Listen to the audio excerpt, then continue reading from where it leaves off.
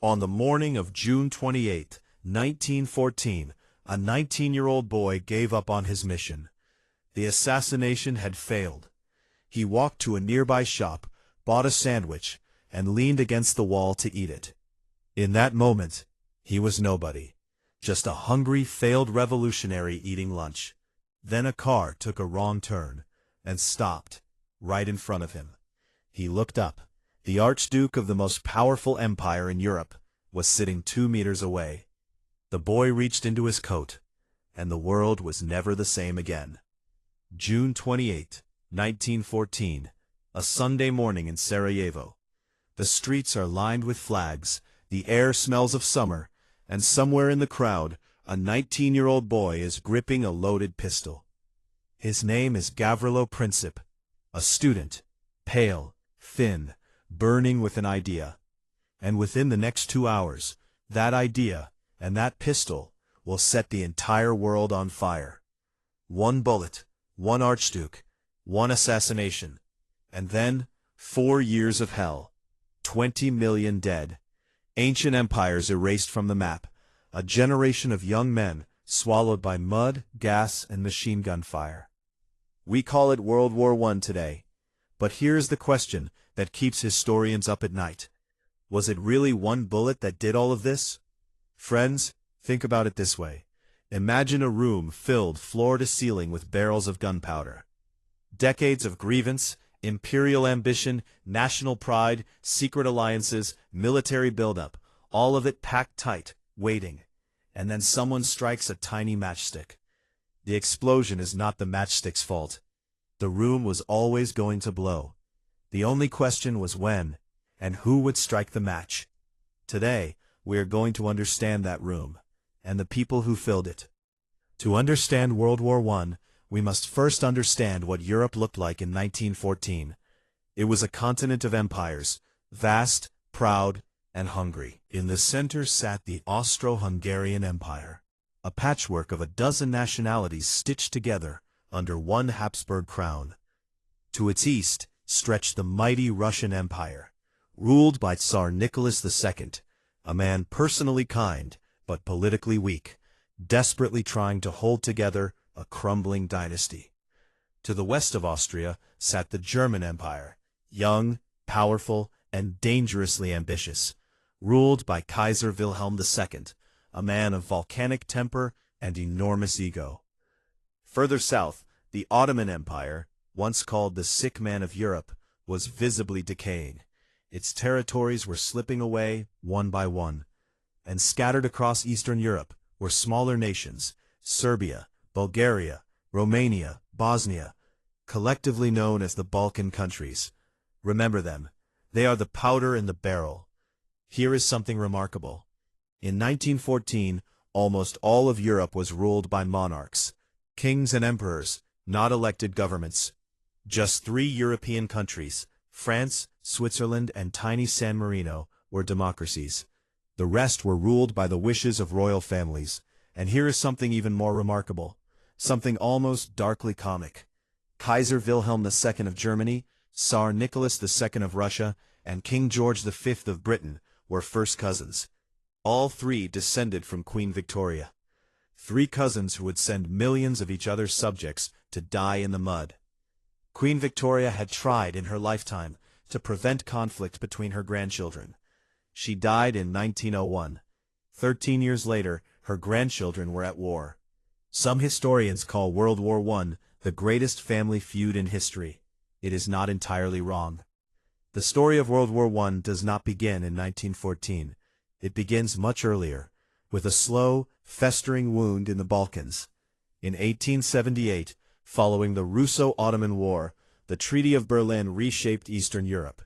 The Austro-Hungarian Empire was given the right to administer, temporarily, the region of Bosnia-Herzegovina. Officially, the land still belonged to the Ottoman Empire. But in 1908, Austria-Hungary made its move. It annexed Bosnia-Herzegovina outright, swallowed it whole. Imagine how this felt to the people of Bosnia. For 400 years, they had lived under Ottoman rule. Now, instead of finally gaining their long-awaited freedom, They were simply handed to a different empire. A different cage, different guards. The rage was instant and volcanic. And in neighboring Serbia, fury burned just as hot. The Serbians shared an ethnic and cultural bond with the Bosnians, the identity of the South Slavs. Many dreamed of uniting all South Slavic peoples into one nation. They called this dream Yugoslavia. Yugo means South, a South Slavic nation. A beautiful dream, and Austria-Hungary had just stomped on it. But here is where the great powers revealed their cynical calculations. Before the annexation, Austria-Hungary's foreign minister had already spoken privately with Russia's foreign minister. Russia, he said, would be informed as a courtesy. Russia, in return, wanted something: access through the Bosphorus Strait, the narrow channel connecting the Black Sea to the Mediterranean, then controlled by the crumbling Ottoman Empire. Both sides nodded. A secret agreement. Bosnia for Bosphorus. The problem was that Russia's own people were largely Slavic. When news of the annexation spread, the Russian public erupted in protest. How could their government agree to hand over Slavic people to a foreign empire?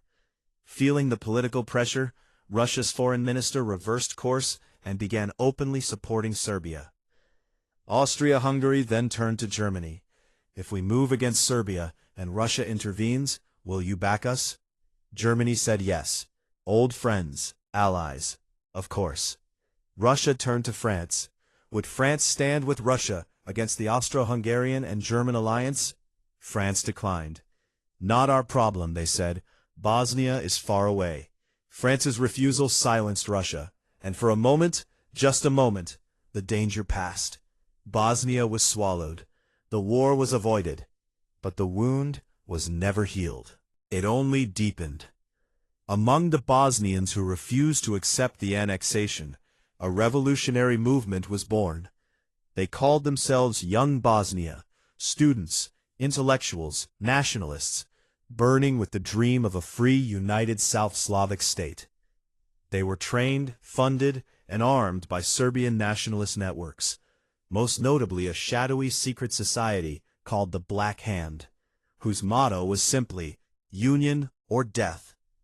On June 28, 1914, a date sacred to Serbian national memory, the anniversary of the 1389 Battle of Kosovo, Archduke Franz Ferdinand and his wife Sophie were visiting Sarajevo.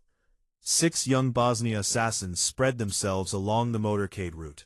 At around 10 in the morning, one of them hurled a bomb at Ferdinand's car.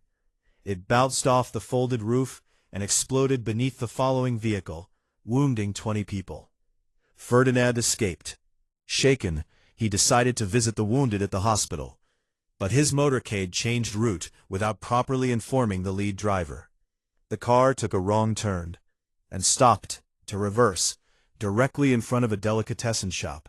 5 feet away, leaning against the wall, eating a sandwich, was Gavrilo Princip, the youngest of the conspirators. He had given up. He thought the mission had failed, and then the Archduke's car stopped right in front of him. Princip stepped forward, drew his pistol, and fired twice. Both Ferdinand and Sophie died within the hour. Gavrilo Princip was seized immediately. He was 19 years old, 2 months short of 20, and could not legally be executed under Austro-Hungarian law. He was sentenced to 20 years in prison. He died in 1918, aged 23, of tuberculosis, in a damp prison cell, just as the war he had triggered was ending. At his trial, he said simply, "I am a Yugoslav nationalist. I do not care what form the state takes, as long as Bosnia is free from Austria." The assassination was the spark. Now watch the powder ignite, step by step, domino by domino. Austria-Hungary issued Serbia an ultimatum of 10 demands, so humiliating that even Germany privately believed Serbia could never accept them all. Serbia accepted 9 of the 10. It was not enough. On July 28, 1914, exactly 1 month after the assassination, Austria-Hungary declared war on Serbia. Russia mobilized. Tsar Nicholas II could not allow a fellow Slavic nation to be crushed. Germany demanded Russia stand down. Russia refused. Germany declared war on Russia on August 1st. France had a treaty with Russia. Germany demanded French neutrality. France refused. Germany declared war on France on August 3rd. To reach France quickly, Germany needed to march through Belgium. Belgium refused to grant passage. Germany invaded anyway. And Britain, which had guaranteed Belgian neutrality by treaty, declared war on Germany on August 4, 1914. In the space of 6 weeks, from one assassination in Sarajevo, the 6 great powers of Europe were at war. Italy, despite being allied with Germany and Austria-Hungary, declared neutrality, arguing the alliance only required them to act defensively, and since Germany and Austria-Hungary were the aggressors, the obligation did not apply. Later, in 1915, Italy switched sides entirely and joined Britain and France. The Ottoman Empire, nursing old grievances against Russia, entered on Germany's side. Japan, honoring its alliance with Britain, declared war on Germany, and Britain's colonies, India, Australia, Canada, South Africa, New Zealand, were pulled into the war, whether they wished to be or not. Hundreds of thousands of Indian soldiers, men from Punjab and Bengal and Rajasthan, were shipped to European battlefields to fight in a war their rulers chose for reasons their rulers decided. The Great War was no longer European, it was global. This is the question that demands an honest answer. Why did these countries rush into war so eagerly? Why didn't the leaders pause, negotiate, find another way? The answer lies in 4 forces that had been building for decades. The first was nationalism, but not the healthy nationalism of a people asserting their dignity. This was a toxic, aggressive nationalism. The belief that one's nation was superior, that others were lesser, that national honor must be defended at any cost. In Germany, Bismarck had unified the nation in 1871 on the fires of nationalist sentiment. Kaiser Wilhelm II stoked those flames constantly, speaking of Germany's rightful place in the sun. In Austria-Hungary, by contrast, nationalism was a mortal threat. The empire contained so many nationalities: Czechs, Slovaks, Poles, Serbs, Croats, Romanians, all held together by the Habsburg crown. Any nationalist movement among these peoples threatened to tear the empire apart. Serbia's dream of a South Slavic nation was Austria-Hungary's nightmare, and so the empire moved to crush it. The second engine was imperialism. By 1914, European powers had divided most of the world among themselves. Britain alone controlled roughly a quarter of the Earth's land surface. France, Germany, Belgium, all had colonial empires spanning Africa, Asia, and the Pacific. These colonies were not merely points of pride, they were engines of enormous wealth. Raw materials, cotton, rubber, tin, copper, oil, flowed from the colonies into European factories. Cheap labor powered massive profits. Germany, unified late and industrialized late, felt it deserved more colonies. Britain and France, already satiated, felt threatened by Germany's rising power. Every territorial dispute in Africa or Asia carried the risk of igniting something much larger. The third engine was militarism. In 1870, the 6 great powers spent a combined £94 million on their militaries. By 1914, that figure had quadrupled.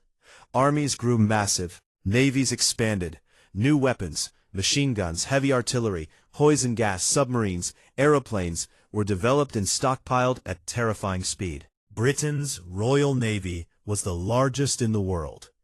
Germany began building a rival fleet, which alarmed Britain deeply. This logic of arms buildup was self-reinforcing. More weapons meant more security, which made neighbors feel less secure, which made them build more weapons. By 1914, the great powers were armed to the teeth, and their generals had drawn up elaborate war plans designed to trigger automatically. Germany's Schlieffen Plan required moving within days of mobilization. Once the machine started, almost nobody knew how to stop it. The fourth engine was the alliances.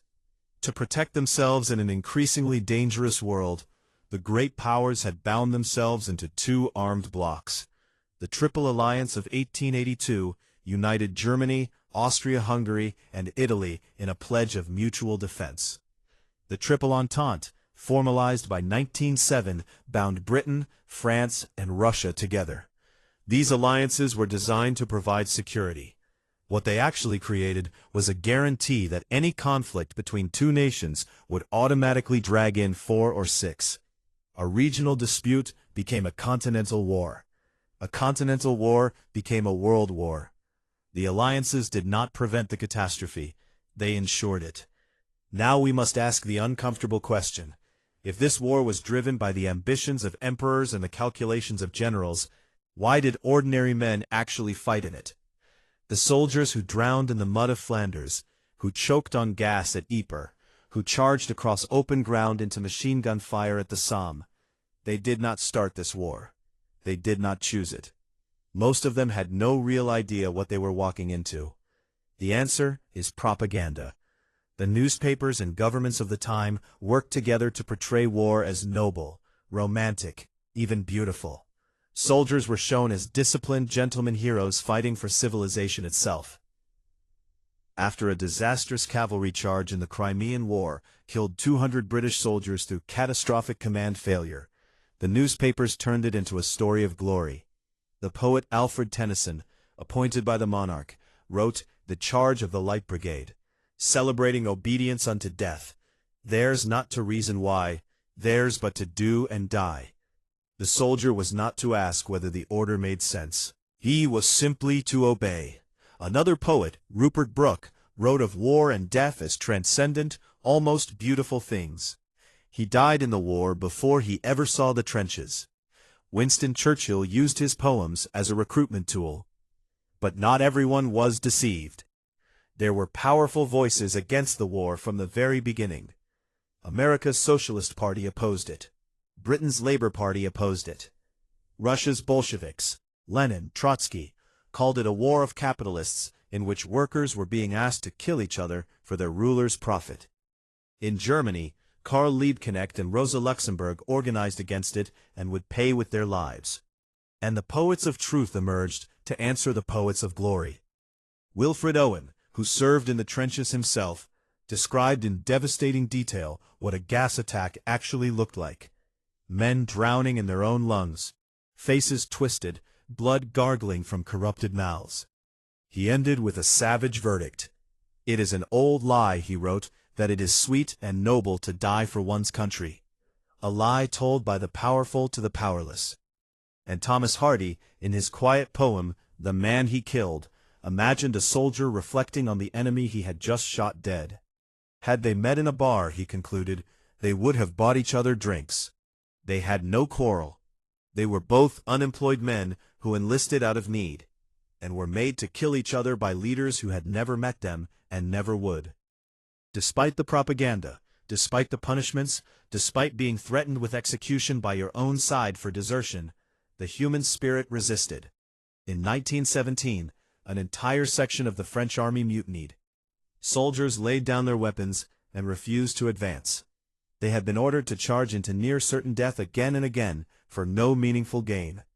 The French High Command suppressed the mutiny, executed some of the leaders, and quietly promised no more suicidal frontal assaults. In Russia, the mutinies became a revolution. Russian soldiers, exhausted, underfed, and poorly equipped, eventually turned their weapons not toward the Germans, but toward their own Tsar. Tsar Nicholas II, first cousin of the Kaiser and King George V, was forced to abdicate in 1917. He and his entire family were executed in 1918. One of the 3 ruling cousins, gone. But the most human moment of the entire war came at Christmas 1914, just 5 months in. Both sides had settled into the trenches, long, miserable ditches that defined the Western Front. On Christmas Eve, German soldiers placed Christmas trees on the edges of their trenches, lit candles, and began singing carols. Across no man's land, that narrow strip of mud and barbed wire and unburied dead, British soldiers heard them. Cautiously, both sides emerged. They met in the middle. They shook hands. They exchanged cigarettes, chocolate, buttons as keepsakes. They showed each other photographs of their families. Some accounts record them playing football in the mud. For one day, in the middle of the most destructive war the world had yet seen, the common soldiers of Britain and Germany simply refused to be enemies. Their commanding officers were furious. Orders were issued. Fraternization was prohibited on pain of court-martial. The war resumed. But for that one day in December 1914, those men had made plain what was actually true, that they had no quarrel with each other. Their leaders had decided they did, and their leaders were wrong.